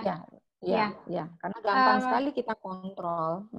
Iya, Dok, ini tadi masih terkait dengan kutil itu yang menghilangkannya salah satunya kan dengan minum obat, Dok. Obatnya itu tetap harus atas petunjuk dokter tentunya ya, Dok ya? Iya. Jadi ada obat topikal yang kita bubuhkan di sana, syaratnya itu belum banyak ya, jadi ada sedikit, ada obat topikal kita bubuhkan di sana, dan obat minum yang kita berikan. Tapi sekali lagi, kita tidak pernah menjanjikan bahwa bisa hilang, karena memang gold standarnya adalah di counter dia, gitu. Baik, Dok. Dari Ibu Dorothea, apakah jika sudah pernah vaksin harus diulangi, Dok? Dan itu tadi, apakah boleh vaksin HPV untuk ODAI? Boleh, kalau vaksin HPV boleh. Nah, vaksin ini sedang undergoing study, jadi penelitiannya terus-menerus diadakan. Yang di launching sekarang itu dia terproteksi, kita dilindungi sampai 14 tahun dari sejak kita imunisasi lengkap gitu. Artinya belum pernah disampaikan bahwa perlu vaksin ulangan gitu. Baik. Tapi kan karena ini penelitian masih berlanjut, ada baiknya memang kita dengar-dengar dari informasi yang penting atau tanya aja sama dokter objinnya, adakah perkembangan dari penelitian ini yang mungkin saja di tahun ke-20 kita mesti suntik ulang, mungkin saja gitu ya. Tetapi yang jelas yang akan datang adalah yang nanovalen, jadi yang memproteksi kita terhadap 9 tipe virus. Yang sekarang kan kuadrivalen, hanya 4 tipe virus. Gitu. Oke, baik. Rajin-rajin update ya sebagai penyintas pasien. Oke, yang dari Ibu Lia, apakah ada kaitannya antara tekanan bola mata yang meninggi dengan haid? Saya selalu mengalami ini menjelang dan selama haid. Mata sakit seperti ditekan-tekan, pusing dan mual, tapi kata dokter mata ini hanya kecapean. Artinya mungkin keluhan itu bukan otomatis tekanan bola mata meningkat ya. Menurut saya sih itu hanya karena pengaruh hormonal ya. Kadang-kadang estrogen itu juga membuat semua sistem yang ada pembuluh darahnya itu berubah gitu. Jadi bukan karena tekanan bola mata meningkat. Artinya kalau tekanan bola mata meningkat kan kita mesti ukur ada sesuatu alat yang disentuhkan di mata akan kelihatan bahwa berapa tekanan bola mata kita gitu. Tapi kalau hanya dari keluhan itu kan sifatnya subjektif ya. Gitu. Kita merasa sakit ditekan di sekitar mata itu kita pikir tekanan bola mata kita meningkat. Padahal itu hanya efek dari estrogen yang terjadi pada saat kita haid. Iya, gitu. Drama-drama menjelang haid ya, Dok. Iya, betul. Ini juga ada terkait dengan pertanyaannya Ibu Ratna yang setiap haid anaknya selalu mengalami sakit perut dan migrain. Kadang sebelah kiri dan kanan itu juga termasuk itu juga termasuk drama. Artinya kita harus kalau anak ya, karena kan itu menghalangi dia bermain dan lain sebagainya, kita harus memberi afirmasi positif ke dia gitu loh. Sehingga dia akan haid berikutnya itu dia sudah siap akan mengalami itu. Gitu. Baik. Dok, dari Ibu Rili, apakah ODAI bisa menopause lebih cepat? Tergantung juga. karena kan terkait dengan cadangan telur kita ya. Kalau misalnya obat-obatan seperti yang saya sampaikan tadi, Oda itu kan terkait dengan obat yang mengandung steroid ya. Ya. Gitu. Nah, itu harus didiskusikan. Tetapi secara general penelitian saya belum pernah baca sih bahwa ODAI itu menopause-nya lebih cepat, tidak. Oke, baik. Ini dari Ibu Triesti yang pertanyaannya mirip seputar jumlah telur kita kan fix ya dok, bila minum obat atau KB hingga tidak bertelur, apakah artinya menopause-nya akan mundur selama kita minum obat atau KB? Harus keluar dan masuk lagi. Tadi, oke. Ya itu tadi pertanyaannya. Selama minum obat dan KB, apakah artinya menopause-nya akan mundur? Tidak. Artinya kontrasepsi itu memiliki efek pertama mencegah sperma ketemu sel telur, itu efek-efek ininya. Kemudian mengentalkan lendir serviks, menipiskan dari lapisan endometrium kita gitu. Secara garis besar dia tidak akan merusak cadangan telur kita, tidak gitu. Jadi kalau kita memakai kontrasepsi, kemudian tiba-tiba kita menopause lebih cepat, tidak begitu. Ya. Dok, tadi dokter sampaikan ada obat-obatan autoimun yang memang berdampak kepada siklus haid, tapi kira-kira adakah obat-obatan lain imunosupresan yang memang mempunyai efek samping secara langsung terhadap hormon reproduksi? Dari Ibu Hani. Iya, hampir mirip, artinya obat-obat imunosupresan kan kadang biasanya dikombinasi itu dengan steroid. Nah, itu yang jahat itu steroidnya gitu. Okay. Kalau imunosupresan sendiri dia kadang-kadang kerjanya tidak maksimal kalau tidak dengan steroid. Itu sebabnya kalau misalnya ada penyindap autoimun datang ke kita dengan gangguan haid, kita mesti lihat dulu obat-obat yang dia minum apa gitu. Karena dari obat-obat itu bisa dijelaskan, memang kalau ibu minum obat ini dengan dosis tinggi, memang haid akan terganggu. Sehingga memang kita akan, ibu karena ini yang mengkhawatirkan dan mengancam jiwa, sebaiknya memang fokus dulu dengan obat-obat yang direkomendasikan oleh dokter penyakit dalamnya. Nanti setelah ibu remisi, barulah kita urus siklus haidnya, gitu. Jadi sangat tergantung dari konsumsi obat apa. Oke. Dok, tadi dokter bilang kan memang menjelang haid kadang-kadang ada drama-drama seperti itu ya. Ada yang mempengaruhi ke mata lah, ada yang jadi migrain dan lain sebagainya. Yeah. Itu ada kiatnya nggak sih dok supaya mengurangi gejala-gejala seperti itu? Iya, artinya begini, haid itu kan suatu hal yang fisiologis ya. Ketika kita menginjak menars, berarti kita akan pasti haid. Nah, ketika haid berarti ada campur tangan estrogen dan progesteron. Itu tidak bisa kita hindari gitu. Nah, kiat-kiatnya ya tentu pola hidup sehat, dan yang paling penting itu kita yakinkan dulu bahwa nyerinya itu bukan sesuatu yang masalah gitu ya, tidak ada miom, tidak ada selain halnya. Nah, tinggal setelah itu kita ganti gaya hidup menjadi gaya hidup lebih sehat dan afirmasi. Artinya kita yang meyakinkan diri bahwa kita harus bersahabat dengan kondisi seperti itu. Dibandingkan dengan kita memilih untuk tidak haid gitu. Ada sih memang obat-obat untuk menghilangkan nyeri haid, ada. Cuman kan tidak mungkin kita setiap kali haid minum obat itu. Biasanya kalau kita memerintahkan otak, kan sekarang memang semua itu dari sini ya, kita memerintahkan otak bahwa saya bisa berdamai dengan nyeri itu tidak akan kita rasakan. Kemudian aktivitas, kalau aktivitas kita padat dan terisi, fokus kita pasti tidak akan ke haid. Dan biasanya itu muncul hari pertama, kedua, ketiga sudah tidak masalah gitu. Baik dok. Damailah dengan kondisi itu gitu. Iya. Dok, kalau gatal-gatal di dubur itu kaitannya dengan kesehatan reproduksi atau harus ke dokter mana? Nah, kalau dia memang kita yakin dubur ya, itu Ya. mungkin tidak ada kaitannya dengan reproduksi ya. Sepengetahuan saya bisa jadi oleh karena cacing ya. Yang kemudian kemana kita harus periksa kalau memang terganggu sekali, mungkin sebaiknya ke penyakit dalam ya, supaya kita dilihat Oke. ada apa. Asal kita memang yakin bahwa di lubang dubur kita itu tidak ada hemoroid atau ambien ya. Kalau ada Oke. ambien, mungkin ke dokter bedah larinya. Oh iya. Baik dok. Dari Ibu Diana tadi kaitannya dengan Sjogren syndrome yang kering vaginanya, lalu kan sakit saat berhubungan.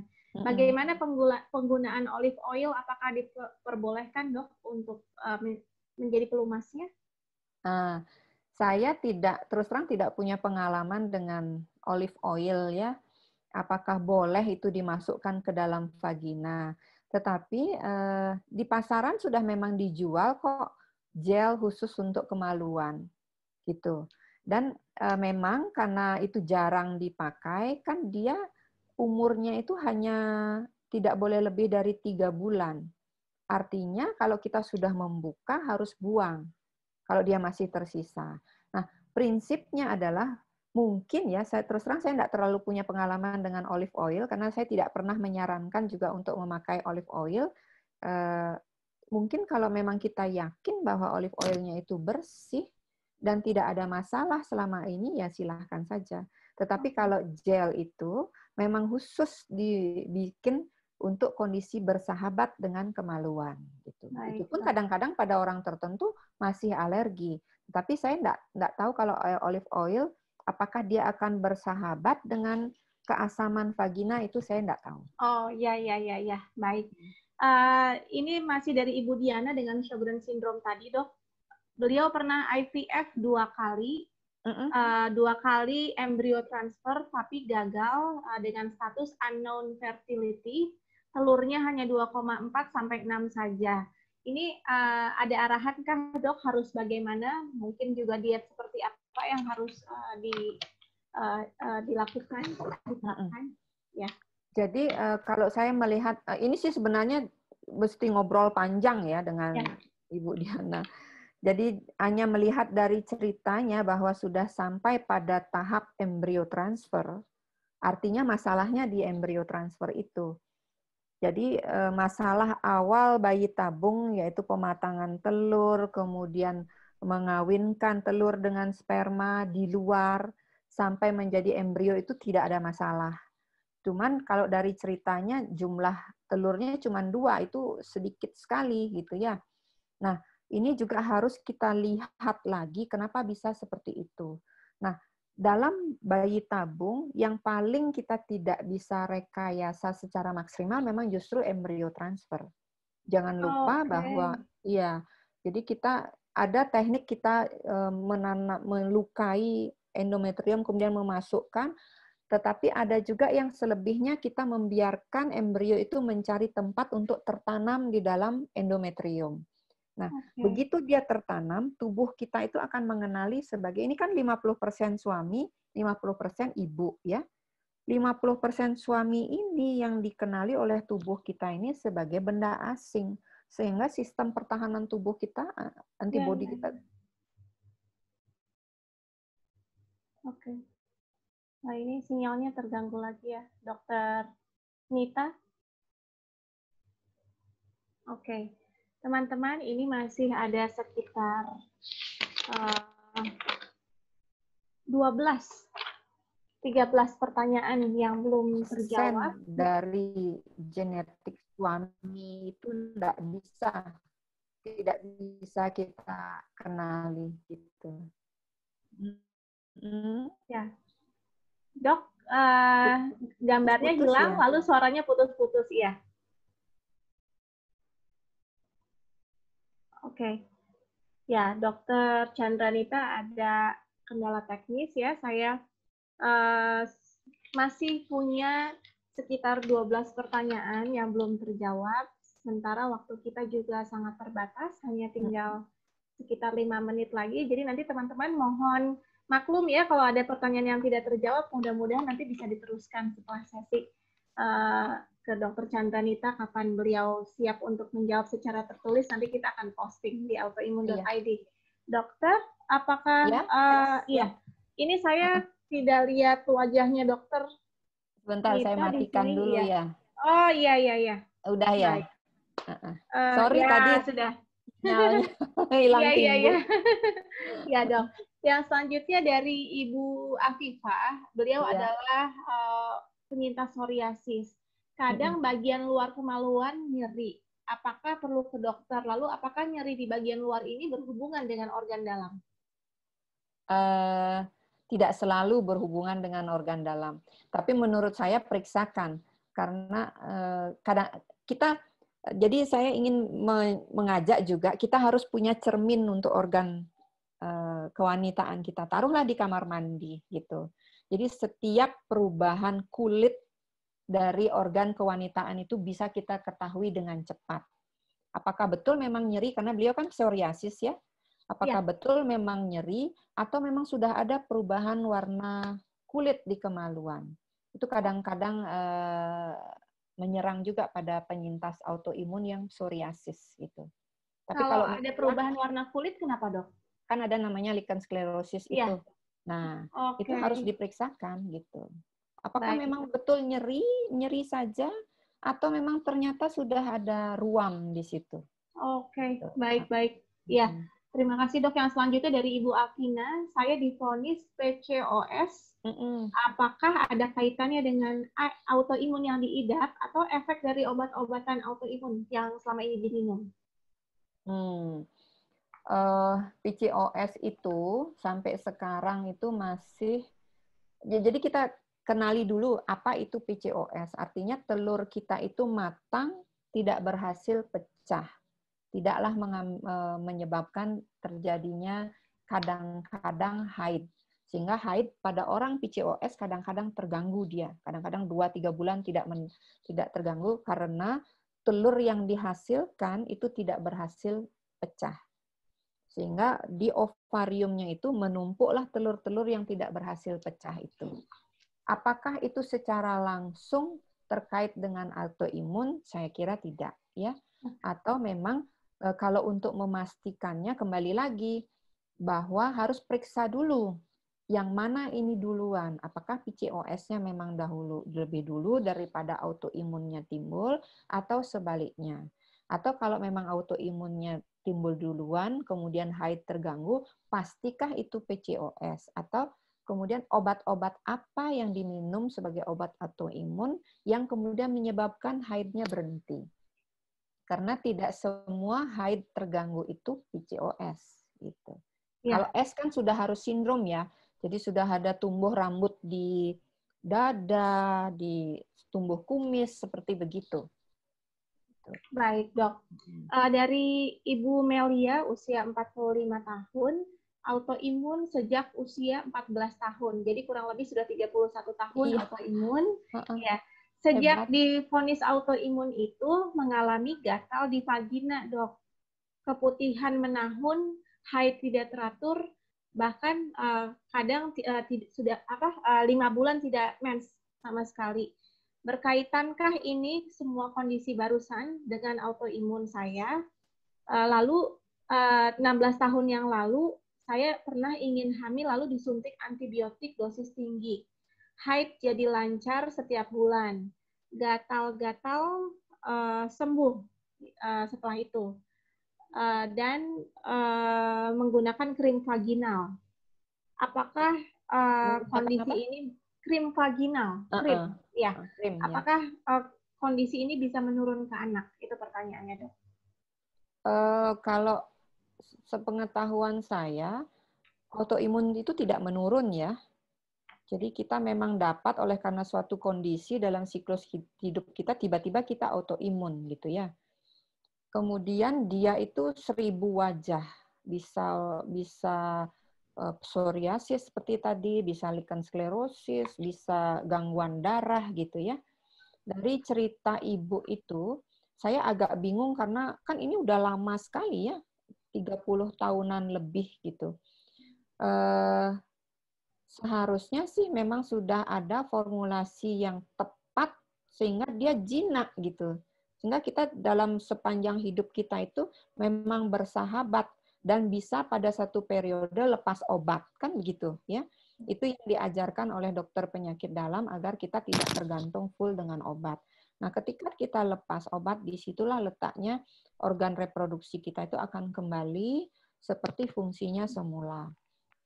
Nah, yang saya agak bingung adalah menyuntikkan antibiotik. Nah, itu saya tidak, mungkin bukan antibiotik mungkin ya, karena kita mungkin berkaitan dengan keputihannya, Dok.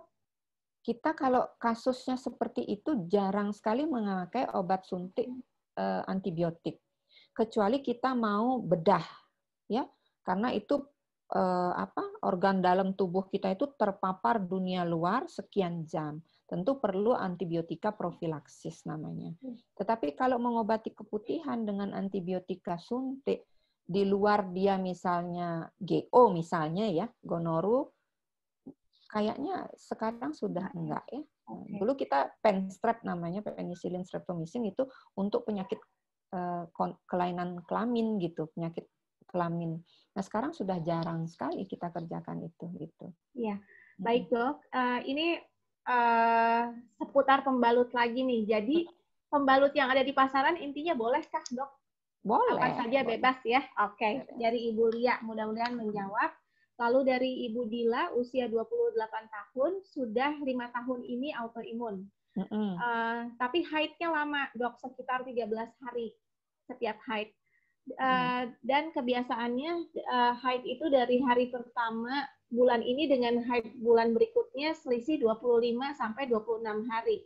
Apakah ini normal? Lalu saya juga mengalami nyeri di perut kanan bawah selama 2 hari haid. Diiringi muntah dan semua makanannya dikeluarkan. Nah, ini mungkin termasuk drama menjelang haid tadi ya, Dok ya? Jadi kalau siklus 26 hari itu saya lihat normal ya. Tetapi lamanya 13 hari itu yang enggak normal. Gitu. Jadi kalau ini memang terganggu banget karena kalau terlalu lama kan kita bisa anemi ya. Karena ada pembuluh darah memang terbuka ketika endometrium itu lepas. Jadi sebaiknya menurut saya ini perlu kerjasama tim. Artinya tim penyakit dalam yang memberi terapi untuk autoimunnya dan tim obgyn supaya memang minimal dikurangilah jumlah hari itu. Sehingga pasien tidak justru jatuh ke anemi karena anemi kan berbahaya juga gitu. Iya. Dok, ini ada sekitar 7 pertanyaan lagi. Apakah dokter masih ada kegiatan? Nggak apa-apa ya, Dok ya. Terima kasih banyak, Dok. Dari Ibu Yosefina, bolehkah mencukur rambut di sekitar kemaluan? Nah, mencukur itu ada 2, dengan pisau cukur atau dengan gunting ya. Kalau menggunting, ditrim istilahnya silakan, karena dia tidak akan melukai permukaan kulit. Tetapi kalau mencukur, pastikan memang kita ahlinya, artinya kita tidak sampai menggores permukaan kulit kita, dan pencukuran itu harus sekali pakai. Karena itu kan kontak langsung dengan permukaan kulit yang tidak menutup kemungkinan tergores. Sehingga kalau kita pakai pencukuran berulang, ini kan sudah ada kumannya. Kalau kulit tergores, kuman ini tinggal masuk ke dalam tubuh kita. Tetapi kalau menggunting kan kita cuma memendekkan saja. Kalau saya sih lebih rekomendasikan menggunting. Menggunting, baik. Kalau dibiarkan juga nggak apa-apa ya, Dok, sebetulnya? Ya nggak apa-apa. Sama dengan kalau hutan. Hutan itu kita potong semua, kan ekosistemnya berubah. Nah, kemaluan juga begitu gitu. Kalau kita gundul, itu tentu akan kelembaban di daerah situ berubah. Kalau kelembaban kemaluan berubah, tentu kondisi keasaman vagina akan berubah gitu. Baik. Yang selanjutnya dari Ibu Triesti, apakah USG rahim dan pap smear perlu dilakukan secara berkala? Memang perlu, artinya gini. Kalau kita sudah melakukan hubungan seksual, pap smear itu menjadi wajib karena itu deteksi dini, ya. Kalau tidak bisa 6 bulan sekali, setahun sekali lah pada saat kita ulang tahun, sehingga mudah ingat. USG juga begitu. Jadi pada saat kita ulang tahun, kita melakukan general check up namanya. Sayangnya selama ini kan general check up itu kita lebih ke EKG, darah itu saja, tidak memikirkan sebagai perempuan kita juga harus sehat organ reproduksi kita. Sehingga sekarang tambahkanlah USG rahim, kemudian lakukan juga pap smear sehingga kita yakin bahwa organ reproduksi kita bagian dalam dan luar itu memang sehat gitu. Ya. Dok, ini dari Mbak Dila yang tadi menstruasinya 13 hari, rupanya yang ada darahnya itu hanya 5-6 hari saja, sisanya flek. Ya, normal. Itu masih baik ya, Dok? Masih ya? baik, Oke. Ya. Yang selanjutnya dari Ibu Ika, usia 44 tahun dengan Sjogren syndrome. Beliau kemarin KB suntik 3 bulan, lalu ada flek darah dan nyeri di vagina. Apakah ini karena KB suntik tersebut? Lalu bolehkah berhubungan suami istri? Jadi gini, saya secara umum saja ya, pemilihan kontrasepsi pada penyintas autoimun itu kan harus betul-betul sifatnya individual ya. Kita tanya dia keluhannya apa, obat yang diminum apa, karena tidak ada satu kontrasepsi yang menjadi pilihan yang kita seragamkan untuk seluruh penyintas autoimun. Nah, yang paling kita sarankan karena dia non-hormonal, tidak juga menyebabkan infeksi adalah sebenarnya kondom. Cuman kan kondom itu angka kegagalannya tinggi. Nah, kembali lagi kepada suntik 3 bulan, itu dia single hormonal, progesteron saja. Jadi, kalau progesteron saja, memang dia tidak akan haid, atau kalaupun haid hanya flek saja, karena memang tidak mengandung estrogen. Gitu. Nah, apakah flek yang dialami itu berbahaya atau tidak? Sebaiknya periksakan dulu, paling tidak USG dan inspekulo, supaya kita lihat kondisi mulut rahimnya seperti apa. Gitu. Nah, bolehkah saya berhubungan? Ya boleh saja, sejauh memang merasa nyaman. Kalau kemaluannya kering, ya pakaikan jelly seperti itu. Dan kalau yakin bahwa kita tidak pernah mengabaikan tanggal suntik, silahkan berhubungan. Tetapi kalau kita sering lupa-lupa, nah sebaiknya hati-hati. Gitu. Ya, baik dok. Yang selanjutnya dari Ibu Okli, usia 49 tahun, dengan Sjogren syndrome lagi. Siklus haid tidak normal, dan seringnya hanya flek. Kadang-kadang bisa sampai 5 bulan tidak menstruasi. Ini karena kekeringannya kah atau Sjogren syndrome-nya, dok? Kalau menurut saya karena Sjogren syndrome-nya, bukan karena kekeringannya. Kalau kekeringan itu kan efek dari estrogen yang sangat ditekan sehingga area kemaluan itu menjadi relatif kering ya, seperti halnya kita menopause itu gitu. Tetapi ya kembali lagi menurut saya coba diskusikan dengan penyakit dalam dan dokter obgynnya. Karena kalau obat-obatan yang dipakai tinggi steroid itu memang haid akan sangat terganggu. Dan kita memang tidak bisa berbuat apa-apa karena yang bisa membuat pasien itu dalam tanda kutip berbahaya adalah justru autoimunnya.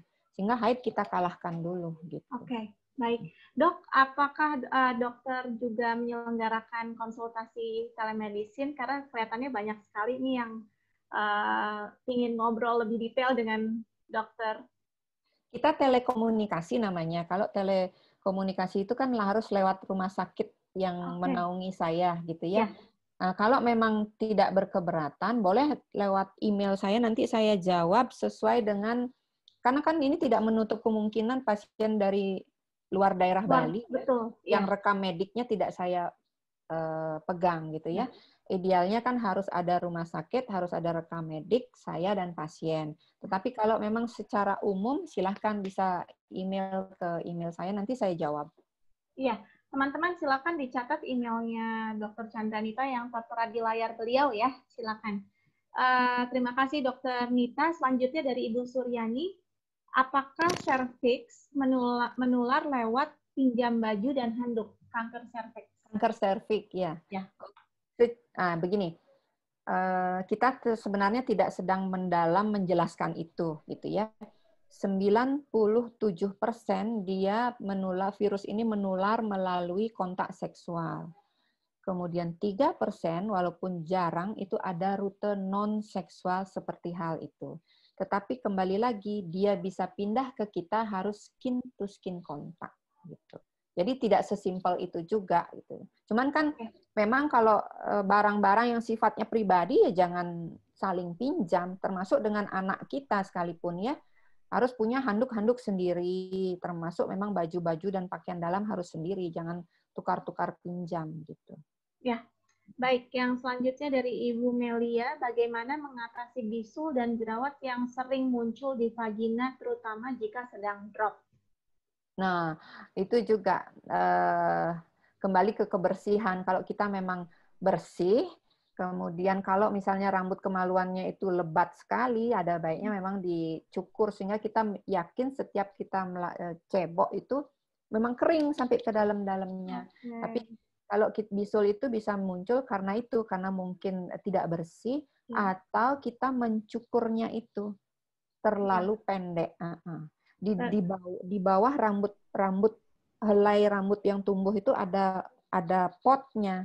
Nah, kalau kita pangkas ini di atasnya, potnya itu seperti terbuka dan bisa kemasukan bakteri. Itu namanya folikulitis. Jadi sehingga bisalah kita bisul dari situ gitu. Makanya saya sih tidak sarankan untuk cukur ya, di trim oke lah gitu. Ya, oke.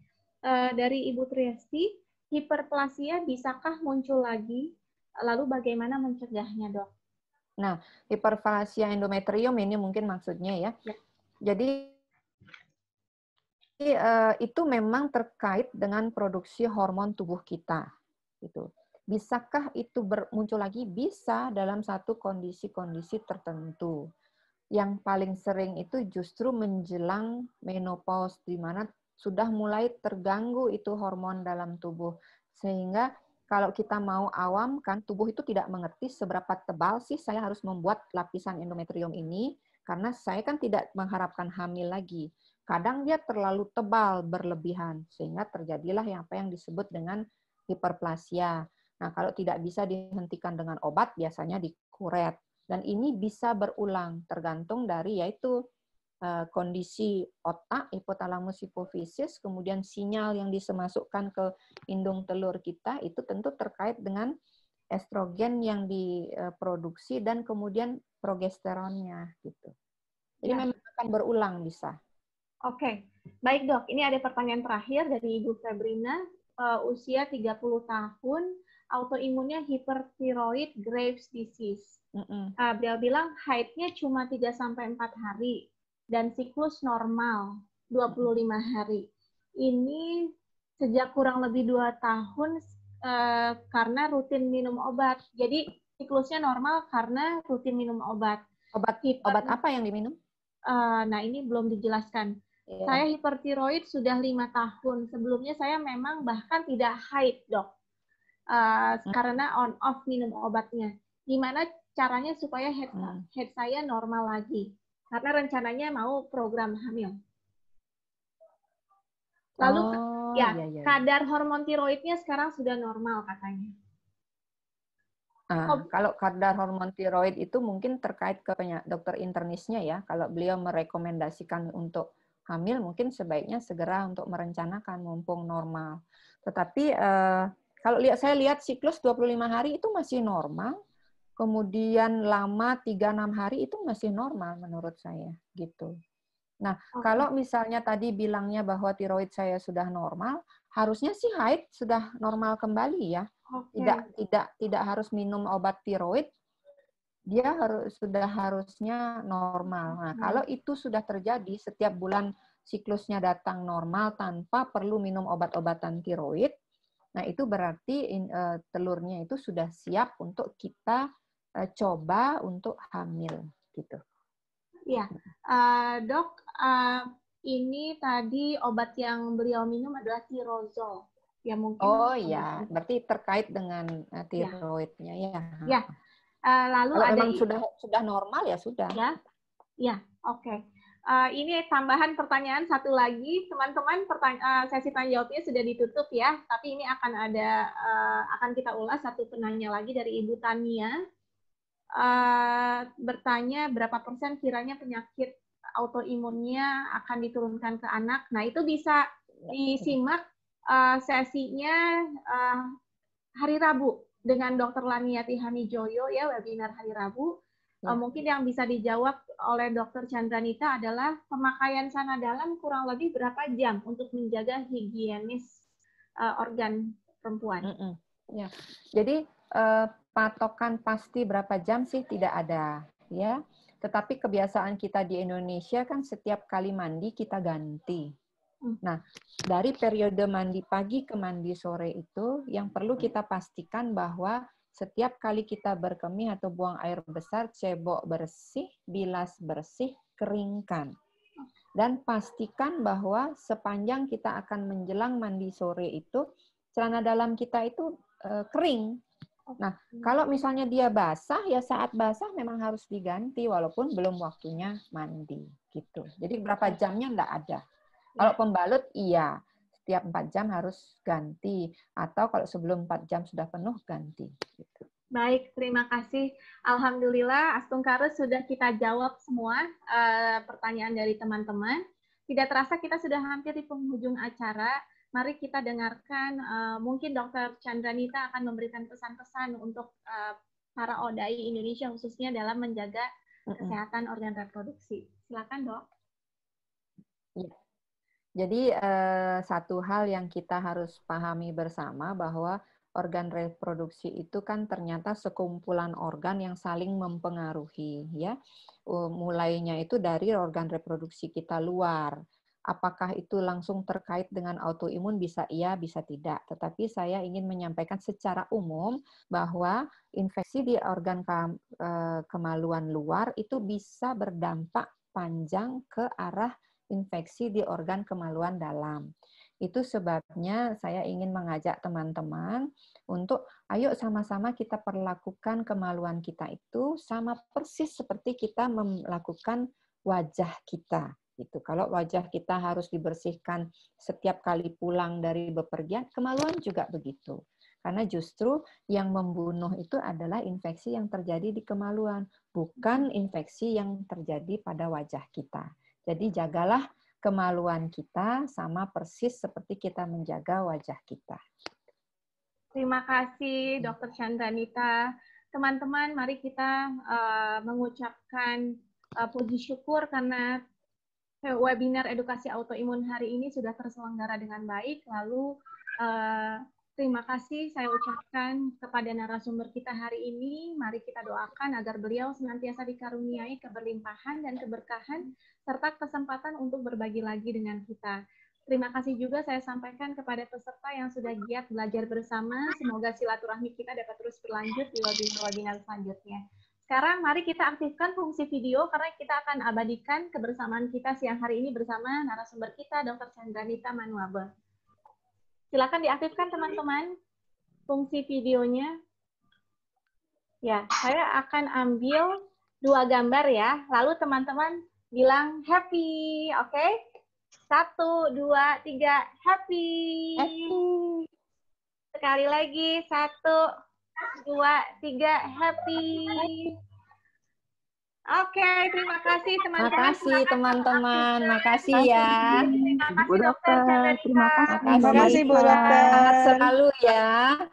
Sehat selalu. Ya. Saya Marisa Kardoba izin Makasih. undur diri. Wabillahi taufik wal hidayah. Wassalamualaikum warahmatullahi wabarakatuh. Selamat siang semuanya. Salam sejahtera bagi kita semua. Om Santi Santi Santi Om. Terima kasih, Dok. Terima kasih, sampai ketemu. Izin live ya.